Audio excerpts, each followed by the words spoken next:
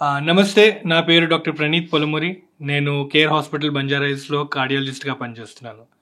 ప్రతి సంవత్సరం 17th May world hypertension day celebrate చేస్తాము. So world hypertension day అనేది ఎందుకు అంటే, హైపర్ టెన్షన్ అనేది మోస్ట్ కామన్ డిజీజ్ అండి.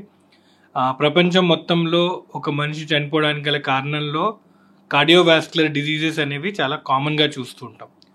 ఈ కార్డియోవాస్కులర్ డిజీజెస్ రావడానికి most important reasons are risk ఫ్యాక్టర్స్లో ఒక రిస్క్ ఫ్యాక్టర్ వచ్చేసి హైపర్ టెన్షన్.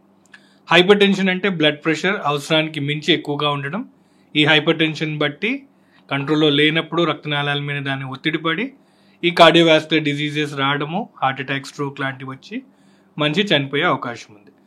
కాబట్టి ఈ హైపర్ టెన్షన్ ఇంపార్టెన్స్ని హైలైట్ చేస్తూ ఈ వరల్డ్ హైపర్ టెన్షన్ డే మనం అబ్జర్వ్ చేయడం జరుగుతుంది. ప్రతి సంవత్సరం లాగానే ఈ సంవత్సరం కూడా ఒక థీమ్ అనేది ఫాలో అవుతుంటాము. ఈసారి థీమ్ అనేది measure your blood pressure correctly, control it and live longer. So first important thing measurement. కామన్గా బ్లడ్ ప్రెషర్ మనం మెజర్ కరెక్ట్గా చేయాలి. చాలాసార్లు మెజర్మెంట్ ఎర్రర్స్ వస్తూ ఉంటాయి. వీటికి కారణం బ్లడ్ ప్రెషర్ ఎప్పుడు చెక్ చేస్తున్నాము, ఎలా చెక్ చేస్తున్నాం అనేది important. So situation first important thing. Situation అంటే బ్లడ్ ప్రెషర్ ఏ సిచ్యువేషన్లో మనం చెక్ చేస్తున్నాం. సాధారణంగా హాస్పిటల్లో వచ్చినప్పుడు హాస్పిటల్ స్ట్రెస్ అది ఎక్కువ ఉండడం వల్ల, లేకపోతే వెయిటింగ్ కానీ ఇతర కారణాల వల్ల బ్లడ్ ప్రెషర్ రీడింగ్స్ అబ్నార్మల్గా ఉండే అవకాశం ఉంది.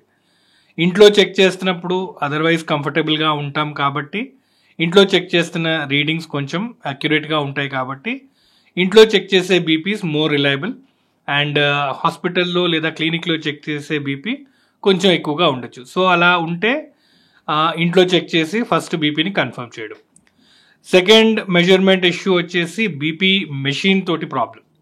బీపీ మెషిన్లో ఏదైతే కఫ్ అంటామో, చేతికి ఏదైతే పట్టి చుట్టామో ఆ కఫ్ సైజ్ కూడా ఇంపార్టెంట్. ప్రతి వ్యక్తి వాళ్ళ చేతి సర్కంఫరెన్స్ ఆర్ చేతి సైజుని బట్టి కూడా కఫ్ అనేది ఇంపార్టెంట్గా ఉంటుంది. చేతులు సన్నగా ఉంటే మెజర్మెంట్ అబ్నార్మాలిటీ ఉండొచ్చు.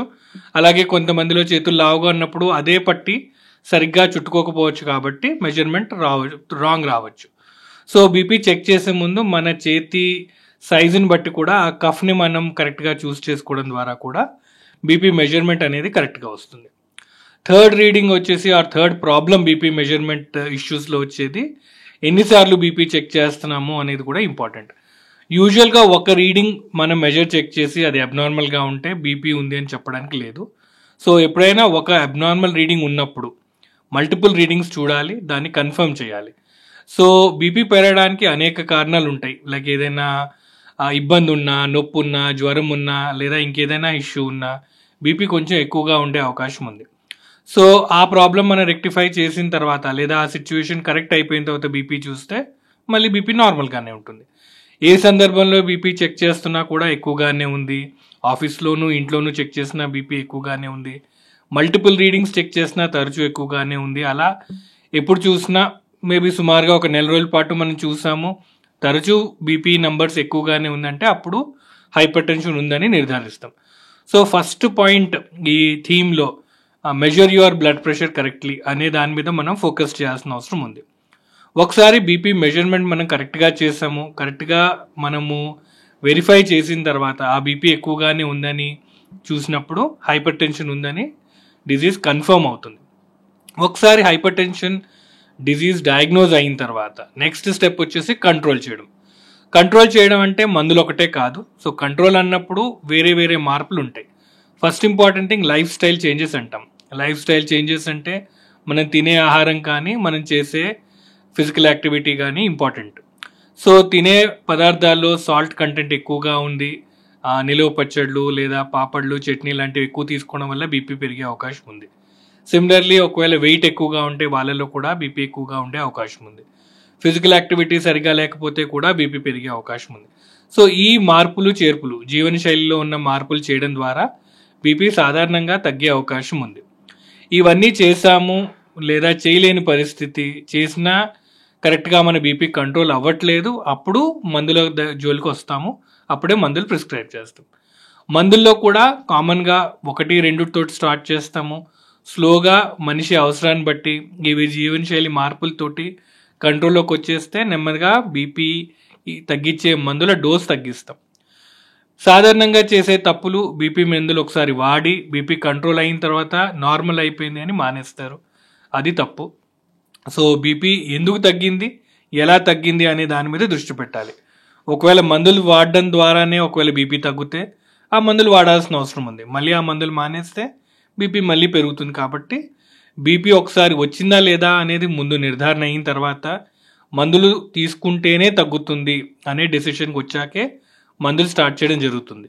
అండ్ మందులు ఒకసారి స్టార్ట్ చేస్తే యూజువల్గా అవి long time, most of the time life time వాడాల్సిన అవసరం వస్తుంది.